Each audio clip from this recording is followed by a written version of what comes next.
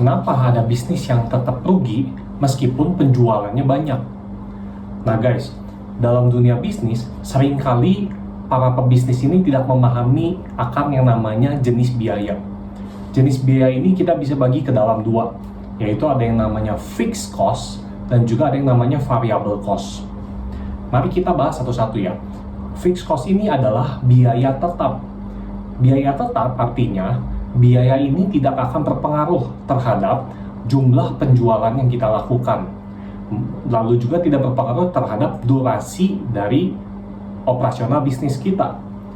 Maka dari itu, contoh dari fixed cost itu adalah seperti misalkan biaya sewa, gaji pegawai. Nah, contoh-contoh seperti ini tuh tidak terpengaruhi oleh jumlah sales. Karena mau kita salesnya 0 atau 1000 pun, biaya sewa harus tetap dibayar dan jumlahnya pasti tetap sama. Gaji karyawan juga biasanya sama kalau misalkan gaji tetap tanpa mengandalkan bonus atau key performance index. Nah, pasti juga gajinya akan tetap sebulan demi sebulan sama. Nah, sekarang kita masuk ke jenis biaya yang kedua, yaitu adalah variable cost. Variable cost ini berbeda dengan fix. Kalau fix itu tetap, kalau variable itu artinya bergantung kepada jumlah sales yang kita lakukan.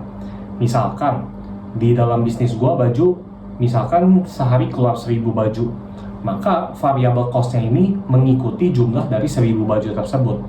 Makin banyak jumlah baju yang terjual, maka variable cost-nya pasti akan makin besar. Nah, maka dari itu, sebagai pebisnis kita harus paham dengan jelas bahwa ada yang namanya fix, ada yang namanya variable cost. Kita harus mempertimbangkan dan juga mengefisiensikan biaya-biaya yang terjadi di dalam bisnis kita. Namun, meskipun fix itu adalah biaya tetap dan variabel itu bergantung, namun dibandingkan dengan jumlah sales, kalau kita bagikan secara rata, maka fixed cost itu pasti jumlahnya akan bergantung kepada jumlah sales. Kalau misalnya jumlah salesnya makin besar, maka terhadap jumlah sales terhadap fixed cost, kalau kita bagi, fixed cost-nya akan makin rendah karena biayanya dibagi ke dalam banyak unit yang terjual. Nah, kalau variable cost, meskipun jumlahnya banyak tapi di total memang lebih besar, tapi terhadap satu unit, variable cost itu pasti tetap. Karena ketika satu jumlah unit keluar A, variable cost-nya misalkan 10.000, mau sejuta unit yang keluar pun, tetap per satu unitnya adalah 10.000. Sedangkan fixed cost, misalkan biaya sewa dibandingkan terhadap jumlah sales.